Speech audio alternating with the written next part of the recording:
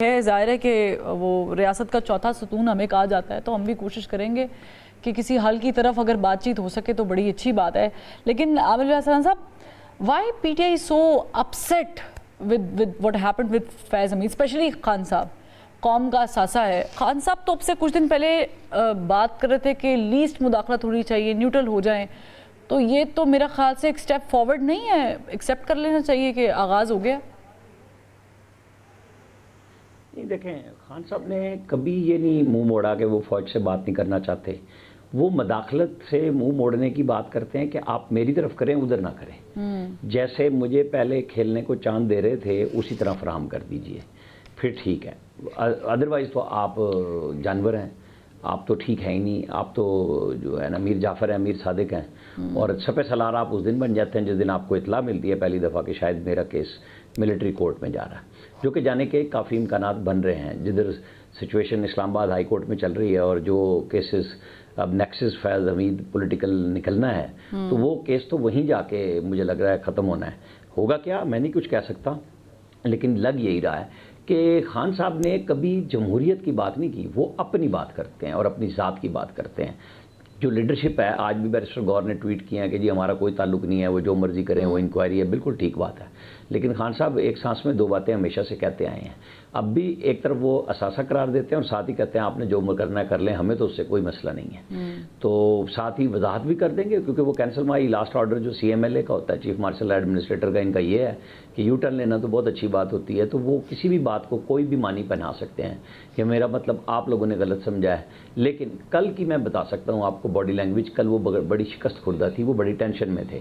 پہلی دفعہ اس پوری جیل کے ایک سال میں، کیونکہ ہمارے جو رپورٹر ریگولر کور کر رہے ہیں، میں ان سے جب بھی وہ جاتے ہیں اور ملتا ہوں، پوچھتا ہوں، بات ہوتی ہے ہماری. تو وہ کل یہ جو گینگ ٹوٹا ہے نا 10 رکنی محمد اکرم ڈپٹی سپرڈنٹ والا، اور پھر جو وہ سارے لوگ جو میسنجر تھے، ٹیلی فون سموں کی بات ہو رہی ہے، جو سب کچھ ہو رہا ہے واٹس ایپ پہ ہو رہا ہے، وہ بریک لگی ہے. اس سے وہ ٹینشن میں ضرور آئے ہیں. اور کل جب وہ بات کریں گے تو آپ کو میرا خیال ہے ڈیفرنٹ بات ملے گی، کیونکہ کل بھی ایک پیشی ہے اور پھر منڈے کو بھی ایک پیشی ہے. وہ دونوں تینوں چیزوں میں نا آگے پیچھے چل رہا ہے. کہیں وہ ہائی کورٹ سے ریلیف لینے کے چکر میں ہے کہ ہائی کورٹ ان کو سٹے کر دے نیب والا 190 ملین پاؤنڈ والا کیس، جو اب تک پہلے یہ کہتے تھے نا جلدی جلدی میں کیا گیا اور سارے اڑا دیا ہائی کورٹ نے. تو اب تو وہاں پہ ساری باتیں سنی جا رہی ہیں. خان صاحب خاصی ٹینشن میں ہیں. وہ کوئی ڈیل شیل کی بات نہیں کر رہے. ان کا تو ہے کہ بس صرف مجھے اپنا لیا جائے. ٹھیک ہے، لیکن یہاں پہ میں before I ask this question, میں کرن صاحبہ سے بھی پوچھنا چاہوں گی، لیکن مجھے عامر صاحب آپ سے ایک چھوٹا سا یہاں پہ سوال کرنا ہے. مجھے بتائیں کہ ٹھیک ہے جو ہم ایکسپیکٹ کر رہے تھے وہ چیز ہو گئی، لیکن جب فیض صاحب پاور پہ تھے تو ظاہر ہے کہ باجوہ صاحب آرمی چیف تھے، اور آرمی چیف بقول عمران خان صاحب کے قوم کا باپ ہوتا ہے. لیکن ایک شخصیت کا کورٹ مارشل ہے، ایک شخصیت کو سیکیورٹی فراہم کرنا. ہم نے ماضی میں دیکھا ہے، آپ بہتر گائیڈ کر سکتے ہیں، کہ جب انصاف مکمل نہ مل رہا ہو تو وہ بھی ناانصافی ہوتی ہے. جی بالکل، آپ نے صحیح مثال دی. جیسے 187 لگا کے سپریم کورٹ نے مکمل انصاف اس طرح کی ناانصافی سے کر دیا کہ وہ ایک پارٹی کو دے دیا، اور جو دوسری پارٹی کا، جس کا اطہر من اللہ صاحب نے کہا تھا 2018 میں بھی یہی کچھ ہوا تھا، اس کو بالکل بھول گئے کہ اس ملک کو اگر ٹھیک کرنا ہے تو سارا کچھ ہی ٹھیک کرنا ہوگا. آپ کو کہیں نہ کہیں لا کے چیزوں کو ملا کے کوئی بیلنس کریٹ کرنا ہوگا. اب یہ چیزیں میں نے آپ کو سٹارٹ میں کہا تھا کہ یہ ڈسکنیکٹ کیا گیا ہے آرمی چیف سے D G I S I کے کردار کو. تو وہی بات ہے، اسی لیے وہ سیکیورٹی بھی ہے، اور انہوں نے اپنے D G I S I کے اوپر کیس ڈالا ہے کہ وہ نیکسس بنے گا عمران خان اور جنرل فیض حمید کا ٹاپ سٹی میں بھی اور باقی پولیٹیکل کیسز میں بھی. تو انہوں نے اسی لیے نہیں کیا کہ وہ ایک ادارے کی پالیسی تھی جسے جنرل پاشا، جنرل ظہیر الاسلام، جنرل رضوان، یہ سارے جنرل فیض یہ لے کے چل رہے تھے. اور جنرل فیض تو ڈی جی سی کے طور پہ لے کے چل رہے تھے. اس وقت کے ڈی جی آئی جو ندیب مختار تھے وہ تو صرف گولف کھیلا کرتے تھے نا، آپ کو پتہ یہ بتایا جاتا تھا، بلکہ مذاق بنا دیا گیا تھا کہ وہ ڈی جی آئی اس لیے ہیں کہ وہ گولف کھیلیں گے، اور یہ ڈی جی سی اس لیے ہیں کہ یہ آئی ایس آئی کو چلائیں گے. اور انہوں نے چلایا 2018 میں، اور اس کے لیے وہ جج صاحب شوکت عزیز صدیقی صاحب بالکل ببانگ دہل آ کے بولے تھے کہ ان کا کیا رول تھا، اور 2 سال کی محنت کے اوپر اب ڈار صاحب بھی بول رہے ہیں, میرا خیال ہے بہت سارے انٹرویوز ہمیں اچھے ہاں لیکن پوائنٹ یہ ہے کہ جب وقت گزر جاتا ہے کرن تو پھر ہم لوگ پھر جو بھی کہیں اس کا فائدہ نہیں ہوتا, کیونکہ وقت تو چلا گیا. بات تو یہ ہے کہ آپ اس وقت پہ فیکٹس کو سامنے رکھیں اور پھر اس پہ گفتگو کریں. لیپ ٹاپ اسکیم بڑی جسے کہتے ہیں نا پذیرائی بھی ملی اس کو نوجوانوں میں بھی, ویسے بھی موبائل فونز دینے کے اوپر بھی ہم ان کو اپریشیٹ کرتے ہیں, لیکن یقین کیجیے گا میرا اپنا ٹویٹر نہیں چلتا بغیر پراکسی کے. کیا کریں؟ دیکھیں بات سمپل سی ہے کہ ہمیں سچ پہ آنا پڑے گا نا. تو حقیقت یہی ہے کہ نیٹ کو سلو کیا گیا ہے, تو اب گورنمنٹ اور اسٹیبلشمنٹ کو بیٹھ کے سوچ لینا چاہیے کہ آپ نے فائر وال لگانی ہے, آپ لگائیں. ہم آپ کو روک سکتے ہیں کوئی, کیا آپ ہماری بات سن رہے ہیں؟ نہیں سنیں, لگائیں, لیکن لوگوں کے روزگار کے ساتھ مت کھیلیں. جو مذاق بنا رہے ہیں آپ اپنا دنیا بھر میں, مطلب یہ نہیں ہے. سعودی عرب میں کون سا واٹس ایپ چلتا ہے؟ گلف میں نہیں چلتا, ٹھیک ہے. وہاں نیٹ کی سپیڈ 5G سعودی عرب میں بہت عرصے سے آئی ہوئی ہے. وہ اپنے باقی کام کر رہے ہیں. آپ نے جو پالیسی کے حساب سے فیصلے کرنے ہیں وہ کیجئے, لیکن بزنس کو مت افیکٹ ہونے دیں. میری یہی ریکویسٹ ہوگی سب سے, اسٹیبلشمنٹ سے بھی, گورنمنٹ سے بھی, کہ آپس میں بیٹھ جائیں, طے کر لیں کہ کیا آپ کو سیکیورٹی کے لیے فائر وال چاہیے, کس حد تک چاہیے. دنیا بھر میں ہے, مان لیجئے ہے, لیکن جو کام کر رہے ہیں بچے, جو یونیورسٹی میں پڑھتے ہیں, جو کوئی کاروبار کر رہے ہیں, جن کو ضرورت ہے, ان کی طرف آپ راستہ بنا دیں. اور اس کے لیے نا کوئی دن نہیں لیں, گھنٹے لیں, فیصلہ کریں اور کام شروع کرا دیں. اور اس کو مینج کرنا بھی مشکل نہیں ہے کرنا صاحبہ. آپ حکومت کی پالیسیز آتی ہیں, کر سکتے ہیں قابو, لیکن آلریڈی بے روزگاری بہت زیادہ ہے, اوپر سے پھر انٹرنیٹ کا سلو ہو جانا, فری لانسنگ کم ہونا, پھر ریمیٹنسز بھی کم آئیں گے. جب یہ فائر کا سلسلہ شروع ہوا, جتنے بھی میں نے ایکسپرٹ سے بات کی, ان سب نے یہ بتایا کیونکہ یہ ڈے ٹو ڈے بیسس پر جو سوشل میڈیا ہے, جو ڈیجیٹل میڈیا ہے, یہ ڈے ٹو ڈے بیسس کے اوپر ان پر کام ہو رہا ہوتا ہے. روزانہ کی بنیاد پر ہر ایپ کا سولوشن آ جاتا ہے.